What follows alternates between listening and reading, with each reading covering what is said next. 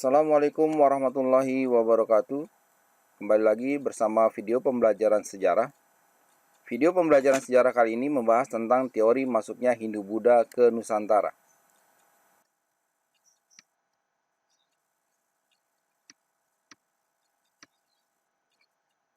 Teori masuknya Hindu-Buddha ke Nusantara ada 4. Yang pertama adalah teori Brahmana. Apa itu teori Brahmana? Teori Brahmana beranggapan bahwa yang menyebarkan ajaran agama Hindu-Buddha di Nusantara adalah para Brahmana. Kenapa?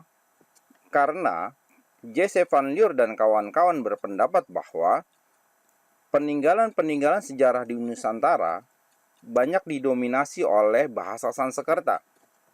Sedangkan bahasa Sanskerta itu hanya bisa dibaca oleh para Brahmana. Kenapa? Karena di daerah asalnya yaitu India, bahasa Sanskerta digunakan dalam kitab sucinya dan hanya para Brahmana yang bisa membaca kitab suci tersebut. Maka teori ini mendukung bahwa Brahmanalah yang menyebarkan ajaran agama Hindu-Buddha di Nusantara.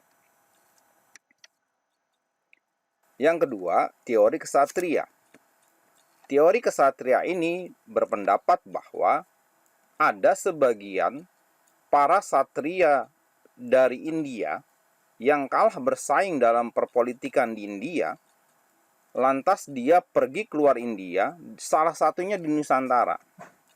Nah, para kesatria ini banyak menyebarkan ajaran agama Hindu-Buddha di Nusantara sesuai dengan ajaran agama yang dia anutnya. Nah, para kesatria ini akhirnya menetap dan tidak lagi kembali ke India. Teori yang ketiga dikemukakan oleh Profesor Dr. N.J. Krom, yaitu teori Waisa atau sering disebut dengan teori para pedagang. Kenapa? Karena para pedaganglah yang dianggap menyebarluaskan ajaran agama Hindu di Nusantara.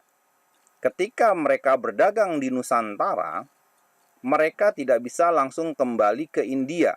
Kenapa? Karena menunggu angin untuk menuju ke India. Di Nusantara terkenal 2 angin, yaitu musim angin muson barat dan musim angin muson timur. Nah, para pedagang ini ketika menunggu kira-kira 6 bulan lamanya di Nusantara, mereka bersosialisasi kepada para pedagang, warga, masyarakat di Nusantara, sekaligus menyebarkan agama yang dianutnya, yaitu Hindu-Buddha. Adapun para pedagang ini juga banyak yang akhirnya menetap di Nusantara, sehingga memperoleh jodoh dari orang-orang Nusantara dan mengembangkan agamanya bersama keluarga barunya. Teori yang keempat yaitu teori arus balik. Van Lier dan Bos berpendapat bahwa orang-orang Indonesia juga berperan aktif menyebarkan ajaran agama Hindu-Buddha ke Nusantara. Karena banyak sekali orang-orang Indonesia yang juga berprofesi sebagai pedagang. Mereka ikut atau mereka juga pergi ke India setelah mendapat informasi lebih banyak tentang India, terutama tentang ajaran agama Hindu-Buddha sekaligus sejarah asal dari agama Hindu-Buddha itu.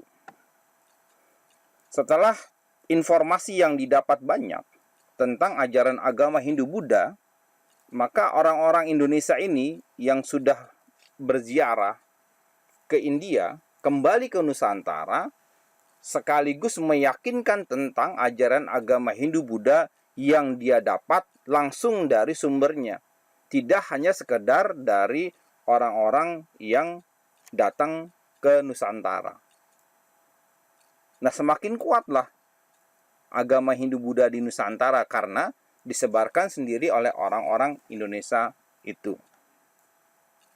Demikianlah teori masuknya ajaran agama Hindu-Buddha ke Nusantara, yaitu teori Brahmana, teori Ksatria, teori Waisa, dan teori arus balik. Terima kasih, sampai jumpa di video pembelajaran berikutnya. Assalamualaikum warahmatullahi wabarakatuh.